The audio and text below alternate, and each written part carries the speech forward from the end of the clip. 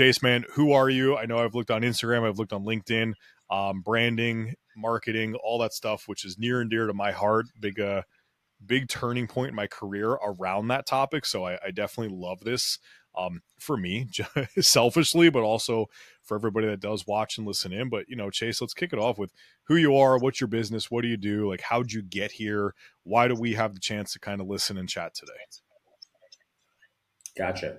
So yeah, whenever introducing myself, I like to start with my why, right? Because that's what I encourage my clients and brands to do. So, my why, what I believe that, all businesses, brands, people have the ability to do good and do well in life, to profit with purpose, right?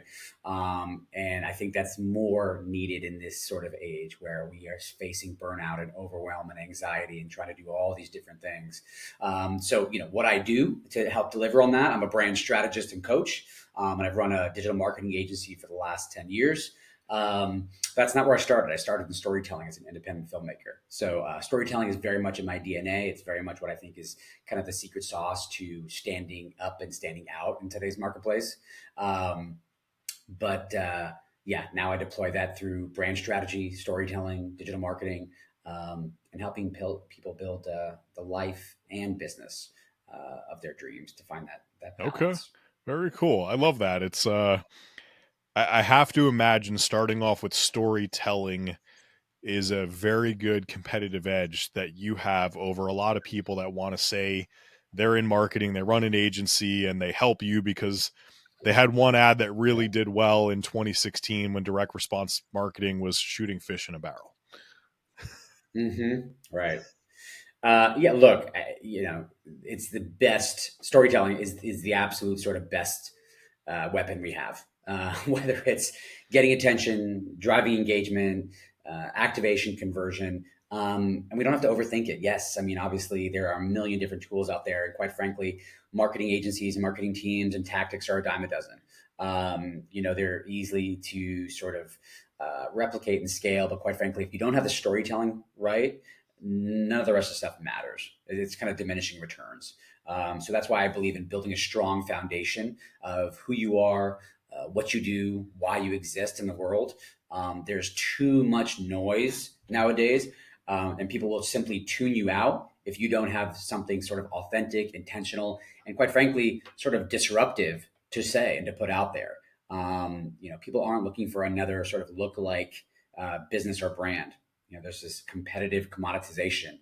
So what are you doing uniquely? What do you believe in? How are you delivering that to your clients so you can kind of find your niche, find your tribe, and speak directly to them? Yeah, it's I think storytelling, no matter what, like for me, marketing, big core of what got me to where I am today, and I still get to play in that realm. But also just like leadership and connection and everything in general, because being able to convey thoughts, build that picture around why people might be doing a thing, what we have to do, what we're here to accomplish, just is so important that I think sometimes marketers, and I'll say in air quotes, but also just leaders in general, tend to forget about. So, um, how did you get into the storytelling component, and why did that then eventually lead you into going down that marketing agency route? Good question. Yeah. So, like I said, storytelling is what I've always loved and been enamored by since I was a kid.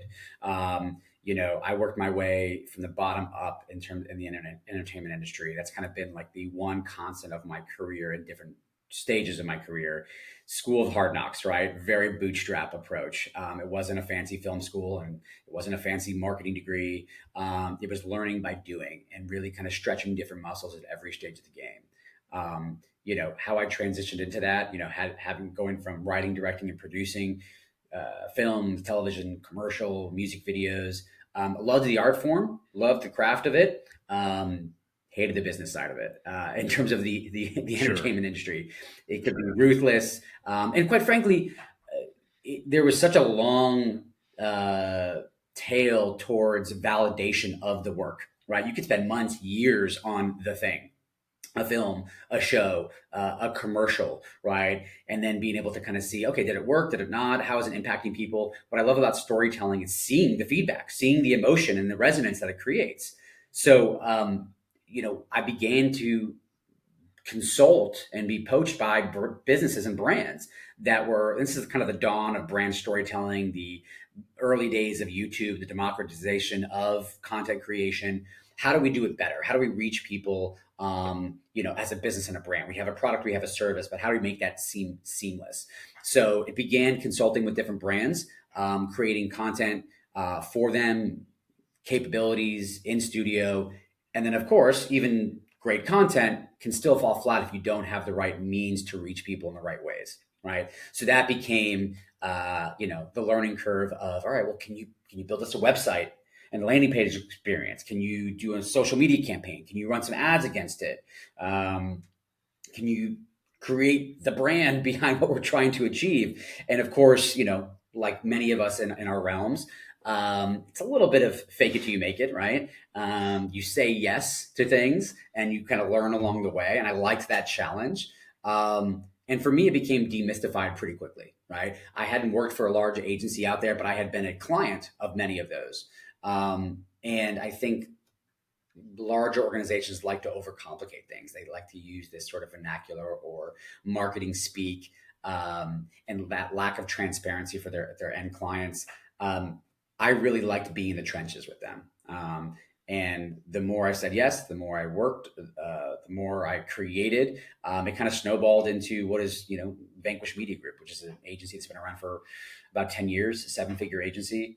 We're a small but mighty team.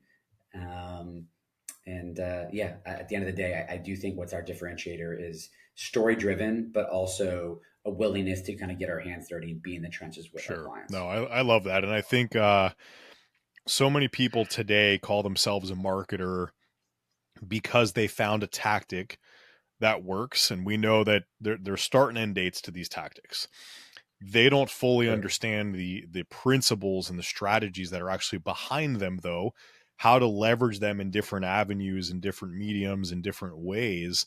And they get all these clients because the thing does work. Like, I'm not going to take anything away from them there, but in 6 months or a Sure. year, it probably doesn't work and they don't have sustainability behind it. And that's one thing that I've always found. I remember in 20, I want to say 14, 15, when I owned a bunch of gyms and massage studios. So I had this one, I won't name them, but marketing agency. It was $300 a month and they would run my marketing. It was such a great deal.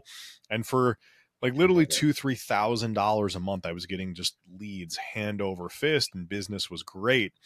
And in 2016, 2017, there was the Cambridge Analytica scandal and with the data. And Hmm. overnight, I literally woke up to an email that they had sent at like 1 something in the morning that they literally had closed shop. Not that they were closing, they closed shop. They were no longer going to be doing what they were doing because they only knew how to do one thing. They couldn't do it other ways. And they literally prorated some of the $300, sent money back, and were like, hey, we're done. We're out.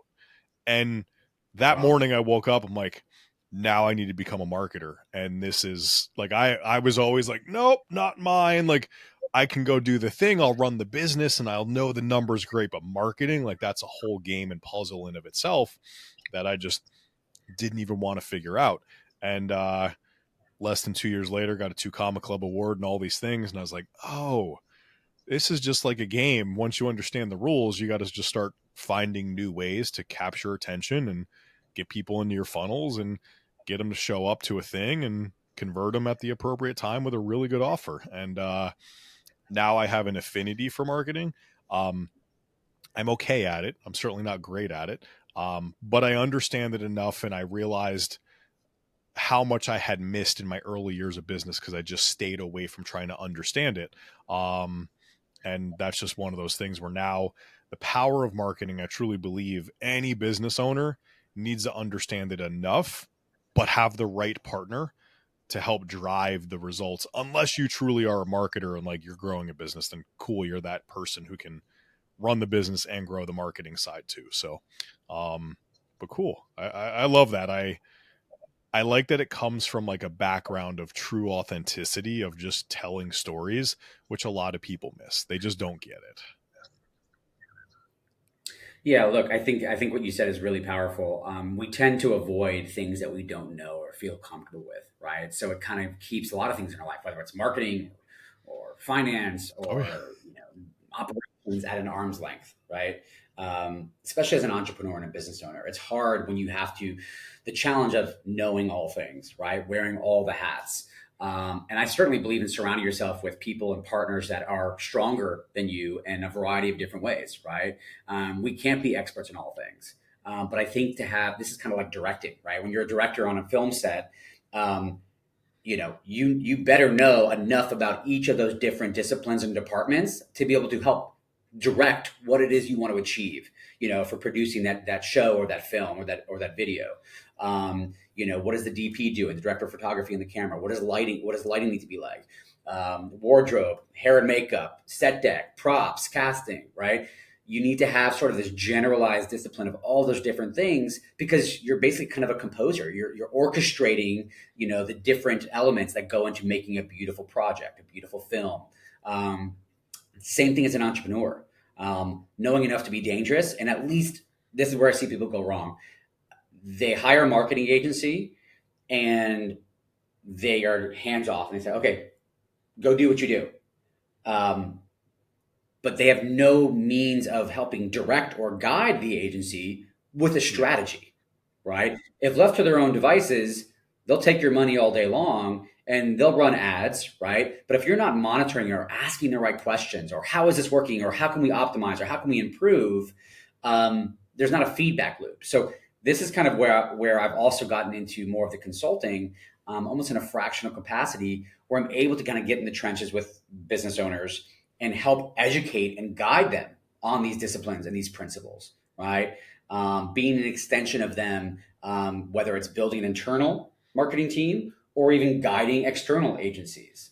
Um, so I think that's kind of key to it. But it's not always easy. It's not always scary. But if I can learn marketing and branding to the point of building an agency, a seven-figure agency over 10 years with no formal education or agency experience, I promise you anyone can do Yeah. it. No, that's a good point. I love that. So kind of transitioning because I'm resisting the urge to talk about the marketing like things today and all that. We're gonna come back to it. Um, It's fine. but I want to hit those other pillars that I just like to talk about here on Freedom Formula and talk about that kind of health side and the wealth side of this world because I think health, wealth, and relationships, all those tend to be super important. And, we're establishing, hey, go create a relationship with a marketing agency. Unless you're a stud at marketing, then do your thing, and have them as a part of your repertoire until you're big enough to maybe hire, in-house marketing team and do all that. But on the health side Sure. of the world, it's really easy to sit behind a computer, do the thing all day, and kind of let health slide a bit. Just in today's world. And I've been there before. I'm sure we all have, but like, talk to me a little bit about maybe the top two or three things that you really try to focus on from a health perspective. And just the average person here, they're busy grinding, they're spending time behind their computer, Yeah. and sometimes they don't prioritize themselves like they need to. We certainly don't. And I'm guilty of it. I have been through seasons of absolute overwhelm and burnout. Um, you know, can't pull myself out of bed, for days, just absolutely, pull the plug. I can't do it anymore. And I think that comes from well, quite frankly, a lot of that sort of perceived pressure when we look out on social media or LinkedIn or Sure. anywhere, and we see this sort of hustle culture, this hustle porn, this badge of busyness. We tend to think, oh, well, if I'm not keeping up with that pace, then I'm falling behind. And I think that's more of a cultural, societal thing, especially here in the Yep. States, right? We tend to emphasize quantity over quality. For me, the biggest thing that I had to learn, and I'm still learning every day, is taking care of my mental health, right? That's sort of what I need. I've struggled with mental health issues most of my life. And when you enter a period of entrepreneurship and it's grow and scale and at all costs, that can be extremely overwhelming and taxing mentally, which has led Yeah. to that burnout. So mental health has been one of the biggest things that I can nurture for myself. And if I am not diligent about it, I will nosedive. right? I will not be able to serve myself, let alone my clients, my kids, my family as best that I can, right? I love the old adage, you got to put on your own oxygen mask first, right? Before you can save Yeah. anybody else. And I think we forget to do that sometimes as business owners. We're busy doing for others, serving others so much that we neglect ourselves. So mental health for me, whether that's sort of meditation and mindfulness, whether that's just sort of, honestly just kind of taking a break and stepping away from it all, clearing my mind, going for a walk, whatever that might be. There's a variety of things that I do, mantras, etc. That kind of work on my mindset shift, helping me overcome that imposter syndrome or that fear of missing out. And then on the physical side, right, that hasn't been easy for me either. I've got two really, young kids. So between raising a family, running a business, and finding like an inkling of time for myself, where does that come from? For me in the mornings, it's going for a run, doing some sort of high intensity workouts. That has also kind of brought it to another level, where I am able to perform at a much higher, healthier rate than ever before. But I'll tell you, it wasn't like a light switch. It was just stacking different habits one at a time diligently. Some people can, I don't get how they do it, turn it on and be like, all right, I went from 0 to 60, overnight. I'm like, okay, Yeah. good for you. If you can sustain that, for me, and I think this is what we need to, honor ourselves and what works for us. It was stacking, right? It was, let me introduce one new habit, right?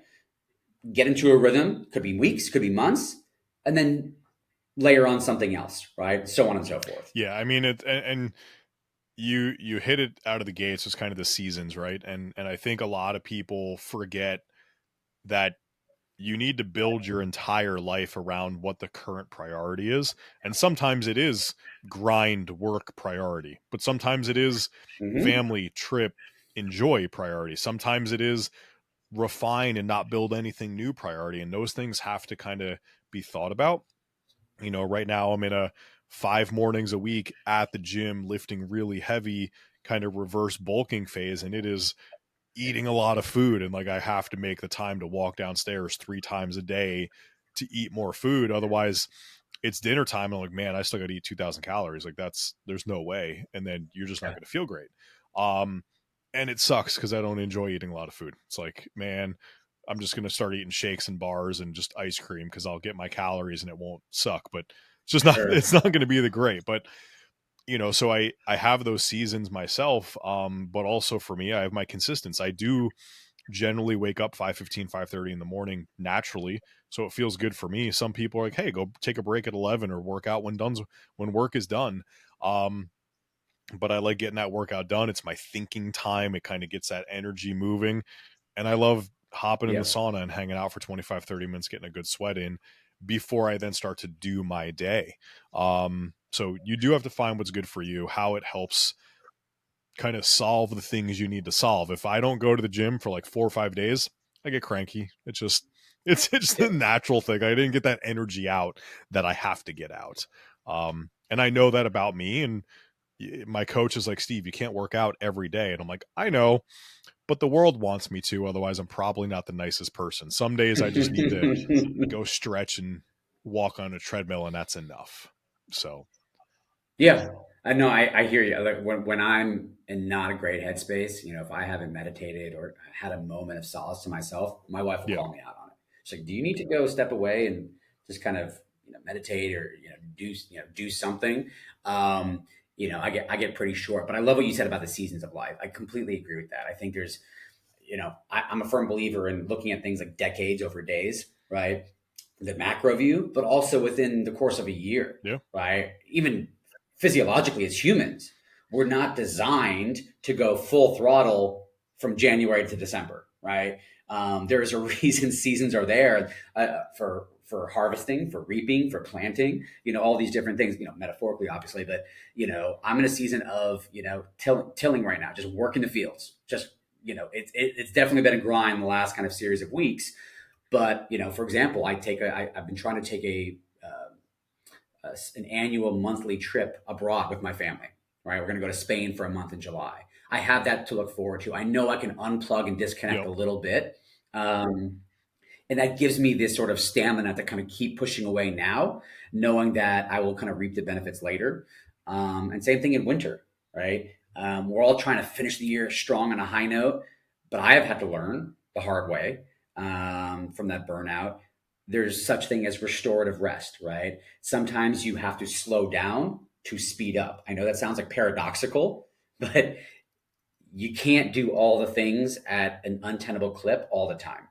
So slowing down sometimes makes us more cognizant, more productive, um, more efficient in the way we live and Yeah, it just operate. you deload your brain a little bit. Like it just allows you to get some more clarity, I find, is like you go on that vacation, things slow down a little bit, you unload, deload, and you come back and you're like, wow, these 5 problems I had are super clear on how to solve them now.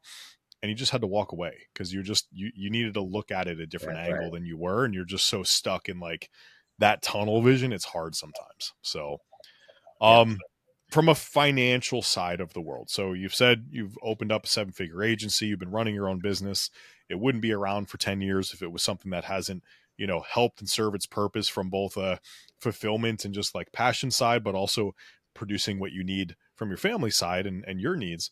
But I always like to ask, like, what's the thing about money and wealth that interests you, and what do you spend time maybe learning a little bit more? And trust me, some people have said absolutely nothing. I just hand it over to my financial advisor and make sure I'm not losing money every year, which very well could be an answer. But like what Sure. what about that world is the thing that you try to just be educated minimally about? So I love that you asked this question because I was that guy that would have answered. I just, I like to hand it off and let the experts take care of it. I am going through a season of getting and staying uncomfortable with things that I Okay. previously avoided or didn't know when it comes to money and finance and wealth management. Um, this is an area where I have definitely more of that creative artist brain, right? So when it comes to data analysis and P&L statements, like it hasn't always been the language I've been comfortable with. And so I've kicked the can down the road. But I have spent the last few months forcing myself to lean in where it's uncomfortable and learn as much as I possibly can around creating, keeping, and protecting wealth and money. That's reading books. That's going to seminars. That's going to conferences. I just joined a mastermind. It's called Aspire Wealth, which is a really great community of people that it's teaching you how to elevate sort of financial IQ, teaching you the ways, the differentiation between how most people kind of operate as quote unquote contributors, right? We're kind of in this flywheel cycle of make a ton of money each year and then drain it down to zero at the end of the year so you don't have to pay taxes, right? It's kind of this weird sort of paradox we get in as business owners versus, we're over here playing checkers where the wealthier playing chess. It's a completely different game, different rules, different, everything. And until you are willing to sort of break uh, it's actually financial trauma, quite frankly, right? We have this loop in our minds around the perception of money or Yep. lack thereof, and it's self-limiting.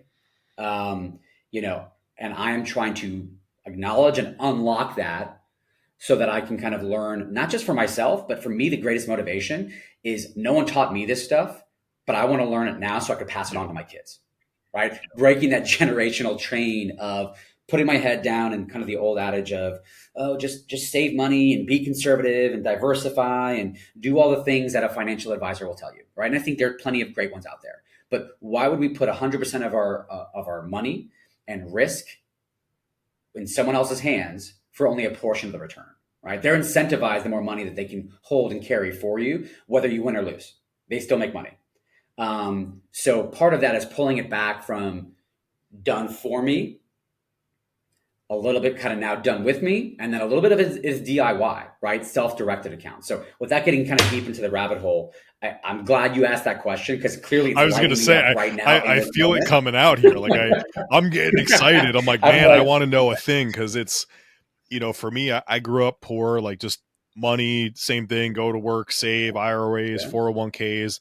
Eventually you retire and yeah, hopefully you have enough money, that doesn't run out before you die. and everybody goes and they get a mortgage and you put money in a savings account, just all the stuff that we know. And Yeah. my interest and desire for money very much changed about 1 or 2 years into my first business, so 15ish years now. And it was one of my clients who was like, "Oh, the rule of 72," because I was sitting there complaining around, you know, I don't know, something with money. I'm like, "Oh, I got my interest payment. It was like 18 cents." I'm like, "How's that supposed to motivate you to make any money? Like, who Right. cares? Might Sure. as well just buy another Starbucks." And he mentioned a rule of 72, and rule of 72 basically states that however much interest you're making, divide that into 72. So for easy numbers, let's just say the number is like 12. Well, 12 goes into 72 six times. That basically tells you how many Hmm. years it'll take you to double the money that you have. And he goes, forget the interest Okay. payments. Now think about how quickly you can double your money. And I'm like, huh, all right, let me change the game and let me go after that. And that became the thing that I was interested in. And more recently, I've had the fortunate luck to be able to speak at masterminds. Like at the end of next month, I actually go down to Punta Cana to speak at a mastermind, and it's with a group of people who are more kind of financial wealth legacy builders. I'm the business guy there. Sure. And like one guy blew my mind that, yeah, you don't actually need a mortgage for a house. And I'm like, wait, what do you mean? And you can go and you can get lines of credit and simple interest loans, and you start to think about not only interest rates but the rate of interest, and how over a 30-year mortgage you can completely pay off, make the same payment roughly in 7, 10, 11, 12 years versus 30 years. I'm like, wait, why can I pay one thing for borrowing the same amount of money in a third of the time as the other thing, making the same payments? And I thought I was smart, but all of a sudden I'm like, wow, I'm actually really dumb with money still. So Yeah. there's just Yeah. there's so much out there that you said, like, we all grew up learning to play checkers, while everybody else that were kind of like, forget those people. They're playing chess. They just play by an entirely different set of rules. And I love how you mentioned that, let me blow all my money at the end of the year so I don't have to pay taxes. It's like, well, this isn't a go pay more taxes conversation, but rather you're still spending your money when you're going to buy the things so you get the write off. You're just That's getting right. a discount. It's like a coupon that you're cashing in. You're just robbing from your future though. That's So right. That's right. This is great. I love this rule of 72. That's I gotta dig into that because I haven't heard that yeah, one before. it changes the game. Like, what are you chasing after? The interest payments, or how quickly can you double your money? I can tell you on the other side, doubling your money is a way more fun game to play than like how many dollars and cents you got out in that interest payment this month. So, Sure. and it also makes you look at money differently. You're like, all right, like if there's people doubling their money every couple of years, that now proves that the idea of 1 to 4% interest is not the only thing that's attainable. And then in fact, you're like, wait, S&P 500, like 8 to 10% interest returns over a long enough period of time on average. But you do that math and then it's still like, but why are they still doubling their money every couple of years? Like that beats that. Like what's out there Right. that can get you those things? And they don't have to be ridiculously high risk, and you don't have to understand how to read a stock market chart either to get to those things. You just need to understand and think about it differently. So Sure.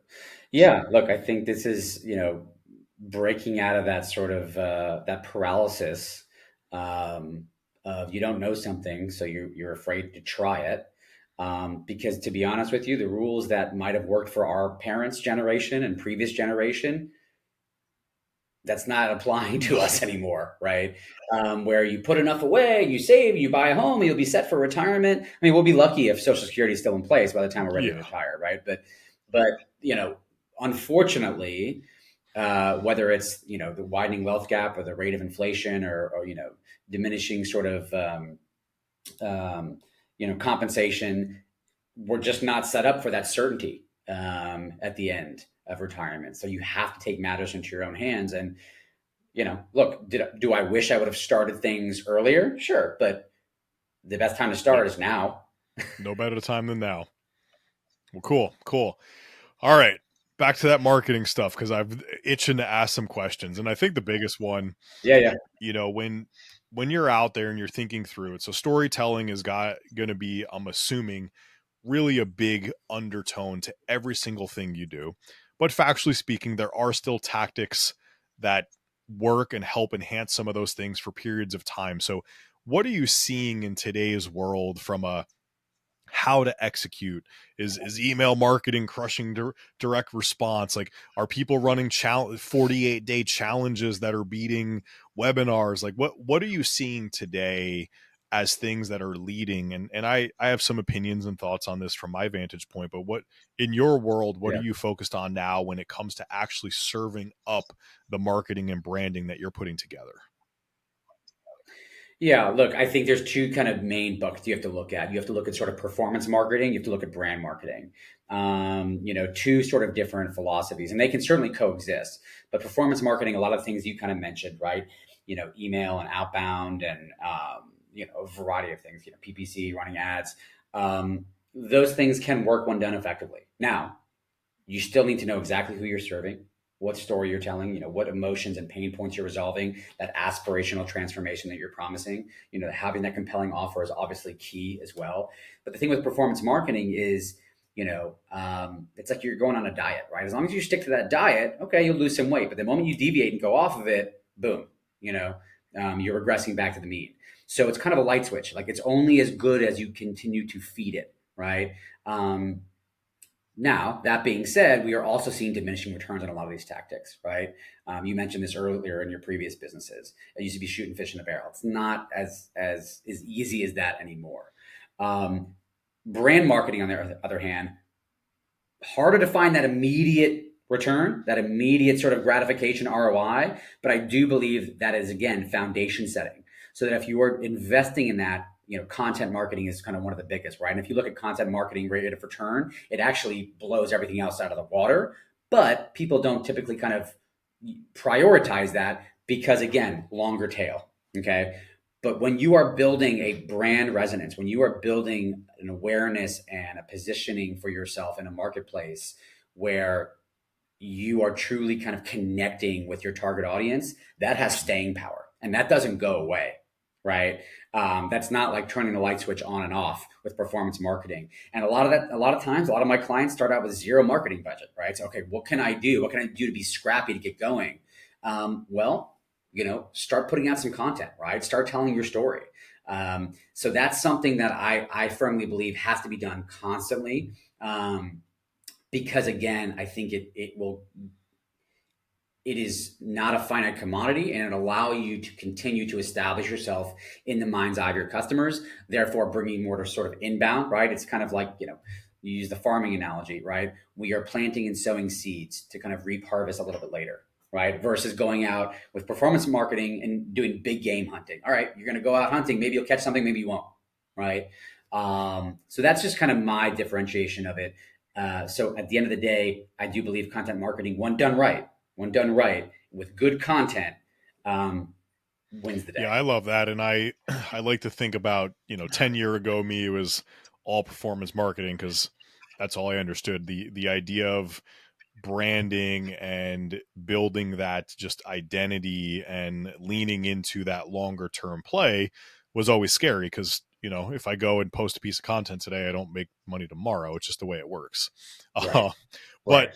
what I find, like talking to my clients, is they tend to be such a group of people that is so performance marketing oriented that the idea of that Sure. branding, that evergreen, those longer term kind of plays is just very hard to wrap your brain around because, again, there's no ROI doesn't exist on a monthly basis there. You're talking, months and quarters before it just hits.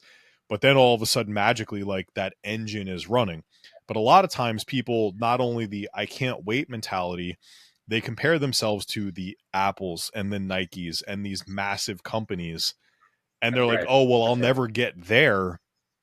How do you go about that conversation with somebody, trying to help them understand that it's not about being that and one of the top three biggest names that we know?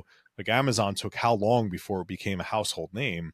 And again, we're not trying to be Amazon. We're not solving Amazon problems. We're solving 10 to 20 million dollar a year problems, which is an entirely different thing. How do you have that conversation with people? Yeah, I get that a lot, right? It's like I'm a small, medium-sized business. How do I compete with that in that landscape? And the truth is, and you called it, right? There's only really one or two major winners in, the traditional sort of matrix of positioning, right? Price, product, performance, service, whatever you want to go with, right? There's only a few that are going to win at that game, and we know who those winners are, right? So how else are you supposed to position yourself and stand out in the crowd, right? Are you going to be a race to the bottom in terms of price? Okay, well that's at your own peril. We know where that goes. Um, I believe that because we are in this age of sort of competitive commoditization, right, where it is so much a look-alike marketplace, the best way to stand out from the pack is again leaning into that brand purpose, that what makes you truly unique, what you believe in, why you do it, who you serve, and wearing that on your sleeve, right? I like to look at, I call it purpose positioning, right? It's the one thing that can tap into people's emotions and shared values at a deeper level than just about any other sort of variable. And the data establishes and proves this, right? People are willing to pay more, buy more, work for, invest in purpose driven organizations and brands that align with their values, right? So we're seeing that across the board in terms of margin and market share. People are going to pay more for products that they truly believe in and give them a reason to believe. Okay. They will be more loyal and lasting and refer and be ambassadors of those brands that they believe in because they connect with kind of that deeper value, that deeper emotion, and that deeper purpose. Employees, people, right, looking for the best and brightest in terms of recruitment and retention, right? Companies are suffering billions of dollars in losses each year in turnover of their employees, right? Recruitment, retention, efficiency. People have a greater, especially millennial, Gen Z, are demanding or hoping for a job that's more than a job, that's more than Yep. a paycheck, right? They're willing to take a pay cut for a business and a brand that kind of fills them up, that lights them up, that gives them fulfillment and joy and purpose and meaning in their lives. Same thing with investments. So across the board, right? The data is clear, and this is not a trend. This is a movement, right? This is a generational movement going towards more conscious capitalism, conscious consumerism. So I firmly believe that if you are not on that train, if you are not embracing and leaning into your true purpose and using that to infuse all of your story and your content and your messaging and your marketing, you're going to be left to the wayside, right? So that is very much why. And the good news is, if you're a small business, a small brand, you can act much faster, and it's certainly more authentic than a bigger brand. Just checking a box. And we've seen this. We've seen brands like Pepsi and Nike, whatever, trying to chase a particular trend or a particular cause, and they're getting called out because it's not really truly authentic, right? And it's a slower moving ship. So for those smaller brands, it's not about trying to be Apple or Amazon. It's trying to find your niche, right? Your space. And that super consumer will go to bat for you if you can connect with them on a deeper level than just, we're the cheapest, right? Or, we've got the most widgets, whatever that might be. Again, we like to use Apple as an example, but the truth is, technically, they don't have the best phone, like specs Yep. on the market. And it's certainly not the cheapest, but people are paying a premium because it's Yeah, become it's a an cult. identity It's thing. become an identity, an affirmation of your identity.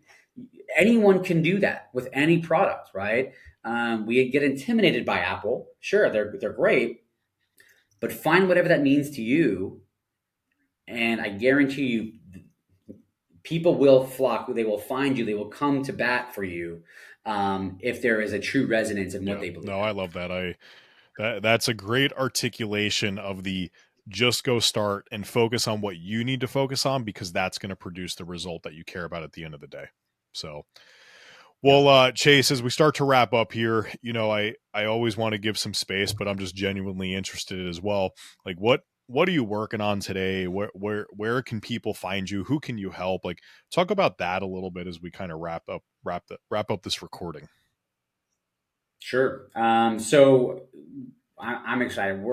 I'm at a stage, a season, right, of my career, my business, um, through intention of again wearing my purpose outwardly to clients and customers that has attracted me my divine right clients. I am working with people that I love to work with, that are loyal and trusting and collaborative, and I haven't been Yep. able to always say that.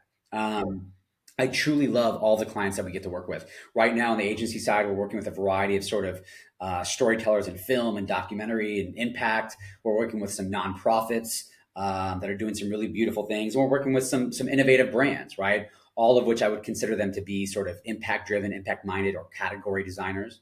So that's again bringing me joy, getting to kind of go and work with them each and every day on the agency side.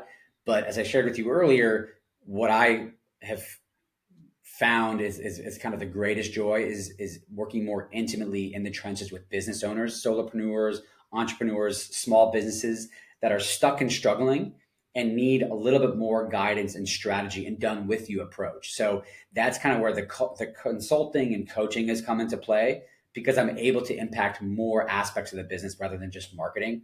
It's looking at the entire picture. So that's been great for me Love as it. well. Love it. Where can people find you if they want to get some more information about you?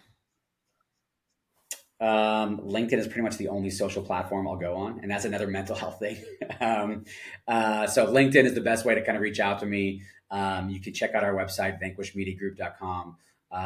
But if any of this resonates, I'm happy to kind of dive deeper and serve more of the Yeah, Kool-Aid to I you. love it, Chase. I appreciate it. Moving forward, you're definitely gonna be somebody I reach out to and just be like, hey, can we jam on some marketing things? I Love it. appreciate just the thought process behind it, the branding side of things. It is a longer play, but I believe it is the more sustainable and solid foundation play in any business that exists. I don't even care if you're trying to chase $10,000 months. Finding your core tribe of people, even if it's just 50 to 100, which is a lot of people in a room, is still going to be more beneficial over the long run. So I appreciate the time. Right. Thank you for sharing the thoughts. I love the interest in the financial side of things. Like I hope if you listen and watch, you saw Chase get excited about that. I want that for you guys too if you're watching in. The health and fitness side of things, like it's always it's just about consistency. It's not about how hard you can go, it's about being consistent. And otherwise the relationships, go out and find your people and meet some new people. But again, Chase, I appreciate the time, man, and I hope you have a great rest of your day, dude. Thank you. I learned a lot from you, so thank you Of very much for course. having me.